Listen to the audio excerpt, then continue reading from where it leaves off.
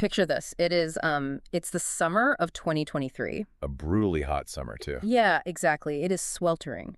And you are standing on this sun-baked pavement right outside the legendary Sony Pictures gates in Los Angeles. Right. The heat is just radiating off the asphalt. It's pressing down on hundreds of people who are marching in this massive, continuous circle. And the noise. It wasn't just chanting. No, it was this rhythmic, almost hypnotic sound, right? You hear camera shutters clicking rapidly layered over the crowds. But these people, they aren't carrying movie props. They aren't walking a red carpet. Right, they are holding up pieces of cardboard. Yeah, and the language on those signs makes it immediately clear to anyone looking that this is a fundamentally different kind of labor dispute. They read things like, AI is not a writer. Or keep big tech out of the writer's room. Right, and my face is not your property. It was such a visual collision of Hollywood glamour and just, raw grassroots labor action. Completely unprecedented in our modern era. And that is exactly the mission of our deep dive today. We are going to unpack the source material surrounding this historic moment. Because for the first time since 1960, which, by the way, was back when Ronald Reagan was actually the president of the Actors Union. Oh, wow. I always forget that piece of trivia. Yeah, it's wild.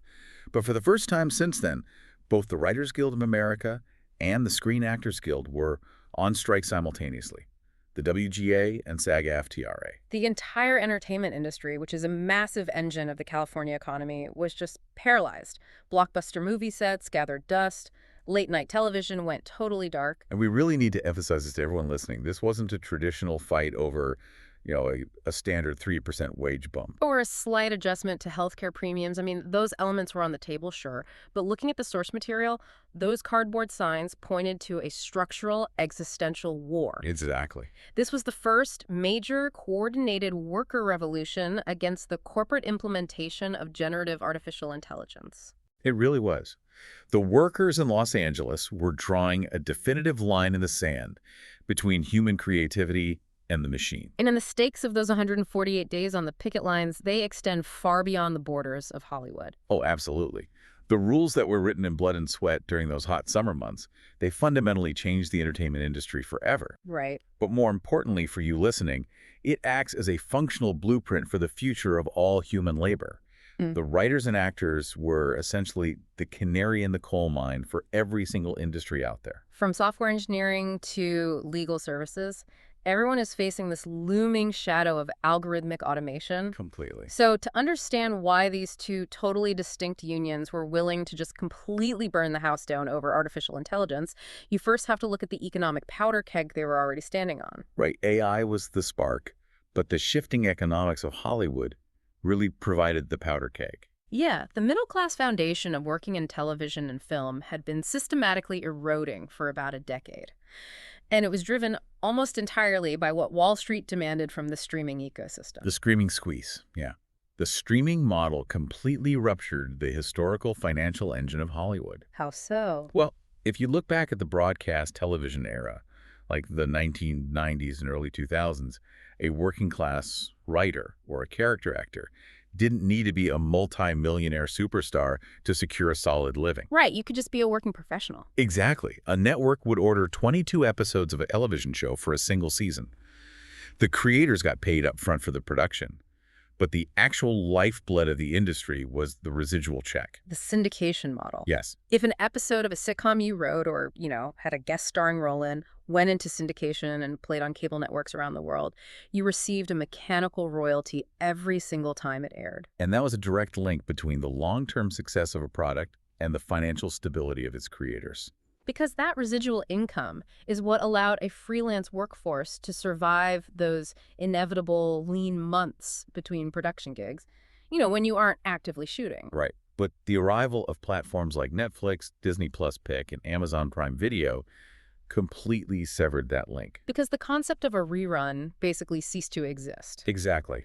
On a streaming platform, a show simply sits on a proprietary server. It's just available on demand in perpetuity. And the source material highlights that in the early days of streaming, the tech companies and legacy studios argued that this internet delivery system was just an unproven new media experiment. Yeah, they pushed the unions to accept significantly lower fixed residual payouts totally detached from any actual viewership metrics. And the unions, wanting to encourage the new technology, they agreed to those experimental rates back in the day. But then streaming became the dominant form of global media consumption. Right. Suddenly, you had writers and actors on massively successful global phenomenon shows receiving residual checks for literally 3 cents. Or negative amounts after union dues were taken out. Which is just wild to think about.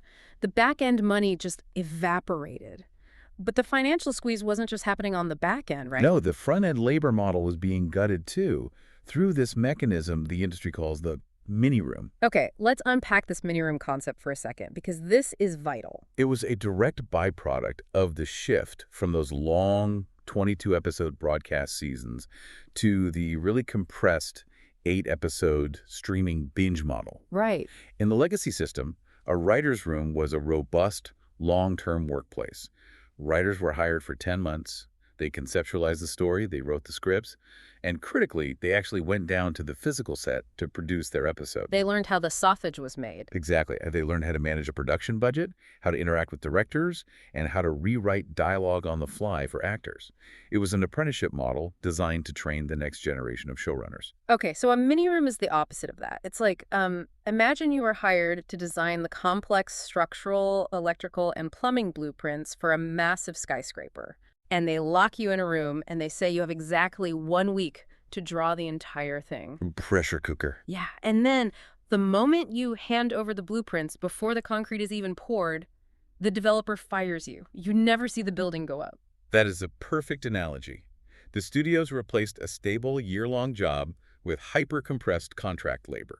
They hire maybe 3 writers instead of a full staff, lock them in a room for 6 weeks, mandate them to break the entire story architecture, draft the scripts, and then fire them.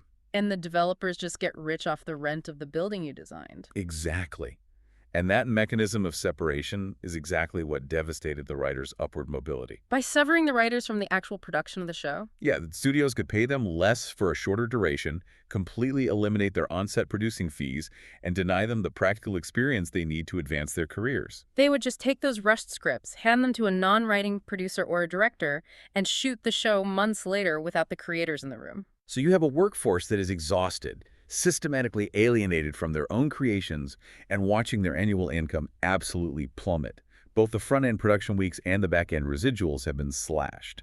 And meanwhile, the studios are dealing with their own massive economic panic. Oh, absolutely. Because by late 2022, the era of zero interest rates ends. Wall Street stops rewarding media conglomerates for simply adding streaming subscribers. They suddenly demand actual sustainable profitability. Right. The legacy studios are sitting on mountains of debt from the streaming wars. Their stock prices are tanking, and they are desperate for a cost-cutting miracle. Which brings us to the catalyst. Enter the machine. Late 2022, the seismic arrival of OpenAI's ChatGPT and visual generation tools like Midjourney. For the general public, it was this fascinating novelty. But the Alliance of Motion Picture and Television Producers, the AMPTP, which represents the studios and streamers, they stopped looking at generative AI as an experiment. They looked at it and saw the ultimate fiduciary lifeline, the ultimate cost-cutting savior. Exactly. If your mandate from Wall Street is to produce infinite content while simultaneously drastically reducing your labor overhead, an algorithm that can instantly synthesize text and images looks like salvation. But the Writers Guild looked at the exact same technology and saw a deeply cynical mechanism designed to strip them of their intellectual property. And they had a very specific nightmare scenario in mind. The industry calls it the vomit draft. The vomit draft. I mean, the WGA saw this coming from a mile away. Can you vividly describe this for us? How does a vomit draft actually work in this dystopia? The mechanics of it get right to the heart of United States copyright law. The WGA realized that a studio executive wouldn't necessarily use an AI to write a final, polished shooting script. That wasn't the immediate threat. Right, because AI scripts are still kind of clunky. Exactly. The real threat is an executive inputting a highly specific prompt into a custom large language model. They type in, write a 10-episode sci-fi series in the style of Stranger Things.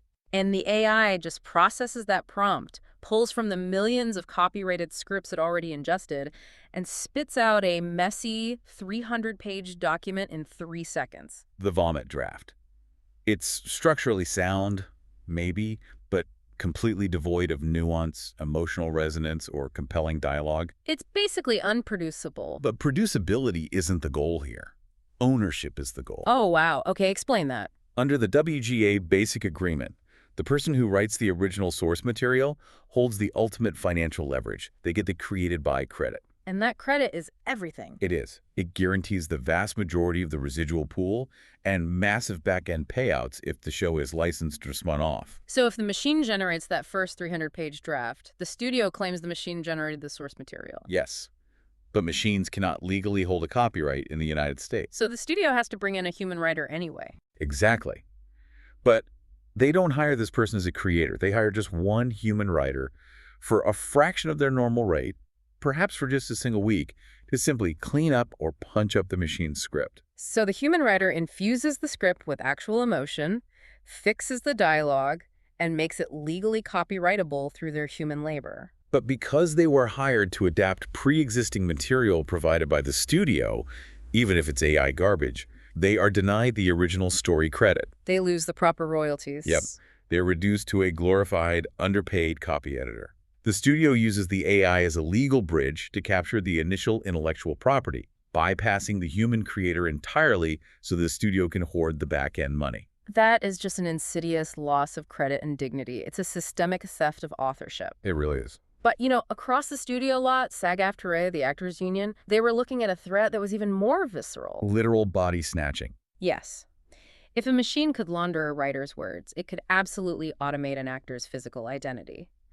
And this was an actual negotiation proposal from the studios regarding background actors. Background actors, the extras.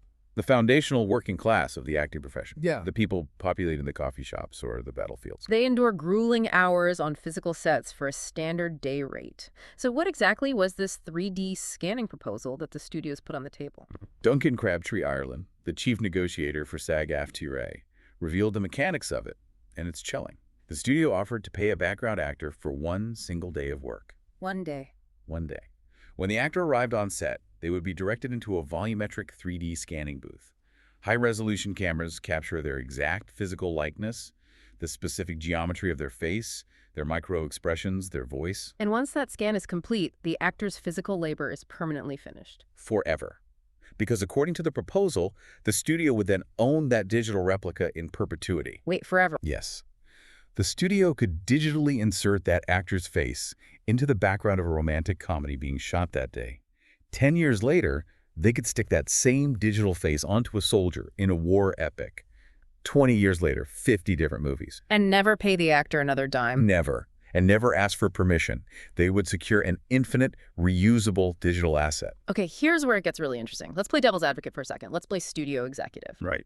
Producing physical media is incredibly expensive. Wrangling, feeding, housing 1,000 background actors for a battle scene is a massive line item on a budget. So from an operational standpoint, if a machine can spit out a 300-page draft, isn't it technically writing? And if a studio can use a digital crowd replication tool to save millions of dollars, why shouldn't they use that to survive in a contracting market as long as the final product entertains the audience? The studios definitely argued that utilizing technological efficiency is the fundamental right of any business.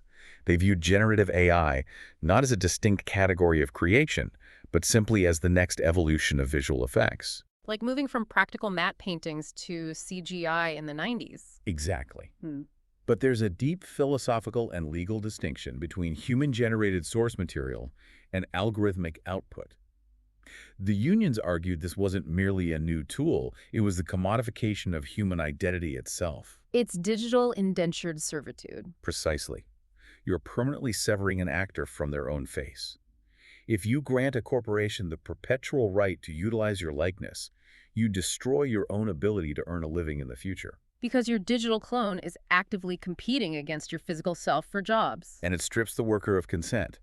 An actor might be perfectly willing to be in a lighthearted comedy, but totally morally opposed to having their face digitally inserted into a hyperviolent horror film a decade later. Right, so the sheer audacity of these proposals, the attempt to automate human identity and storytelling, left the unions with zero strategic alternatives. The threat moved from the corporate boardrooms directly to the streets. It initiated a brutal siege. Let's look at the timeline of this paralyzation.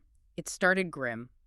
The WGA walked out on May 2nd, and they dropped their pens. The immediate development pipeline halted right then. And then the true systemic shock occurred on July 14th, when SAG-AFTRA officially joined them, turning bustling Hollywood into a complete ghost town for 148 days. And during those 148 days, the AMPTP deployed this chilling, old-school corporate attrition strategy. They wanted to starve them out. Literally. In mid-July, there were these leaked quotes from highly placed studio executives to the trade press.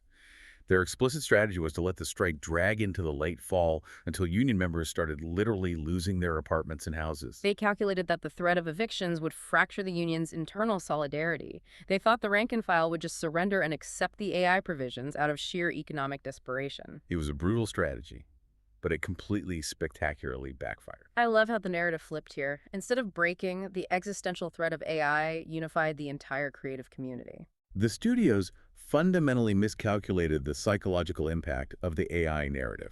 Because in past strikes, which were mostly about percentage points of revenue, public sentiment would waver. Right, but AI was an existential binary. Surrender meant permanent obsolescence. And we saw A-list stars stepping up in a massive way.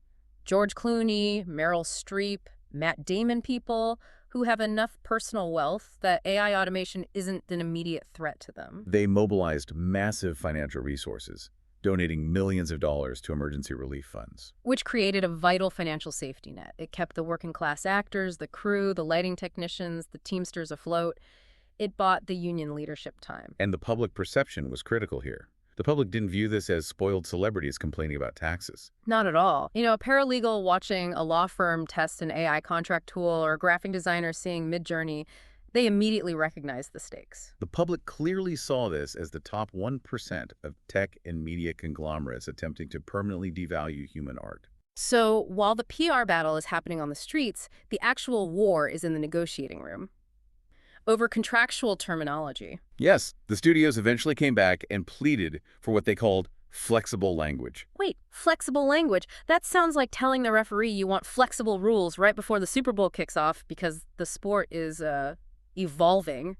How did the unions fight that? Well, the studios argued that because AI was so early and evolving, it was impossible to define rigid parameters. They offered to establish a committee to study AI. A committee. Right. A committee to study AI simply means the corporation implements the automation, and management holds quarterly meetings to politely discuss the inevitable. So the unions flatly rejected that. They demanded hard, legally binding prohibitions. And that led to the massive stalemate. Which brings us to the breaking point. Because the economic pressure was just compounding. California was losing billions. Small businesses were devastated. But the critical pressure point for the studios was the 2024 and 2025 release windows. Right. You cannot release a massive summer blockbuster in 2024 if nobody wrote the script or stood in front of a camera in 2023. The fiduciary pain became so acute that the standard AMPTP negotiators were functionally superseded. The top CEOs themselves, Bob Iger, Ted Sarandos, Donna Langley, had to personally step into the room to cut a deal. And the presence of those CEOs finally broke the 148-day stalemate. The contracts they hammered out represent a functional, brilliantly negotiated masterclass in how to regulate AI in any workplace. It really is a masterclass. So let's systematically break down these massive victories. Let's start with the WGA safeguards. 3 core pillars. Yes, the first pillar, AI cannot write. So simple, but so profound. AI-generated text cannot be considered source material. That single sentence dismantles the vomit draft loophole. Meaning a studio cannot use an AI script to cheat a writer out of credits or pay. The human who restructures it is the sole legal author. Exactly. The second pillar is mandatory transparency. Studios absolutely must disclose if any material given to a writer is AI-generated. No hidden prompts. You can't just secretly paste an AI scene into a Word document and pretend it's a human concept. Right. The burden of proof is on the studios. And the third pillar is the writer's veto. Which is really pragmatic. It is. A writer can voluntarily use AI tools for brainstorming or research if the studio permits it, but a studio absolutely cannot force a writer to use AI software against their will. So the power stays with the human worker. Incredible. Now let's pivot to the actors. SAG-AFTRA. They had to draw boundaries around human identity. And they categorize this into 2 strict regulatory frameworks. Let's hear them. The first is employment-based replicas. This addresses that background actor scanning scenario. If a studio makes a digital replica of an actor on a project, they must obtain crystal clear consent. And the compensation. They must pay the actor for the days they would have worked physically. If a replica does 3 days of background work, the actor gets paid for 3 days, even if they're sitting at home. Wow, so that completely reduces the financial incentive to just blindly automate everyone. And they have to provide a highly specific description of how the replica will be used. No more perpetuity clauses. And what's the second category? Synthetic performers. These are entirely digital, non-human, generative actors created by scraping the biometric data of thousands of real actors to train a model. A Frankenstein's monster. Exactly. For these, the studio must notify the union, and the union then retains the right to negotiate compensation for the actual human actors whose data sets were scraped to train that specific model. So what does this all mean for you listening right now? You might not be starring in a blockbuster. You might be an accountant or a graphic designer. Why is this specific legal framing a game changer for your job? It's all about the philosophy of consent and compensation. The ultimate brilliance of the strikes is that the unions didn't attempt to outright ban AI. Right, which would be technologically impossible anyway. Exactly. Yeah. Instead, they codified consent and compensation. They established the precedent that algorithms depend entirely on human data and human experience. If a corporation wants to use human likeness or ideas to train a machine, they must ask and they must pay. It's a regulatory firewall that can be adapted to almost any industry. It's a massive victory. But, we have to look at the future of the human touch here. The unions built a formidable fortress on paper, but technology never sleeps. It really doesn't. AI tools didn't just stop developing because Hollywood signed a contract. No, the rapid ongoing sophistication of video generation, synthetic voice cloning, AI visual effects, it's all becoming cheaper and faster by the day. And that creates a massive vulnerability, specifically for independent filmmakers. The indie vulnerability is huge. The major studios are bound by these union agreements, but smaller production houses and independent creators operate on razor-thin margins. So the looming pressure to cut corners using unregulated AI tools, just to stay financially competitive, is immense. If an indie director can use a $40 subscription to generate background plates or synthetic voiceovers instead of hiring a union crew, the economic temptation is overwhelming. It creates this dangerous bifurcation, the heavily regulated major studios and the unregulated Wild West of the independent sector. Which is concerning because the indie sector is the training ground for the next generation of human talent. So what is the ultimate legacy of these strikes, then? I think it bought Hollywood a brief pause. It built a protective wall around human creators, and it sent a definitive message directly to Silicon Valley. A message that you can scrape the internet, you can build the most sophisticated algorithms in history, but the true heart of storytelling belongs to humanity. The pain, the joy, the lived human experience that makes art memorable. Humanity is willing to bleed to protect it from algorithmic extraction. Think about the movie that changed your life, the film that shifted your perspective, or the television show that moved you to tears. Would that lived human experience hit you the same way if you found out a server farm mathematically calculated that emotion instead of a person actually feeling it? That is the defining question of our era. The strikes successfully forced the studios to protect the supply of human art. Human beings have the right to produce it and be compensated. But I want to leave you with a final provocative thought regarding the demand side. The supply is protected, but what happens to the demand? Right. If an entire future generation grows up consuming perfectly personalized, endlessly scrolling, AI-generated content on their phones, will their tastes adapt so drastically that they no longer even care if there is a lived human experience behind the screen? That's the terrifying possibility. Oh. Could authentic human storytelling eventually shift from being the cultural standard to merely a niche artisanal luxury? Yeah. Like buying a vinyl record for purists. It's a profound paradigm shift. Do you think these guardrails built on the sweltering pavements of Los Angeles will hold up against the next wave of AI evolution? Or did Hollywood simply buy itself a little bit of time before the floodwaters rise again?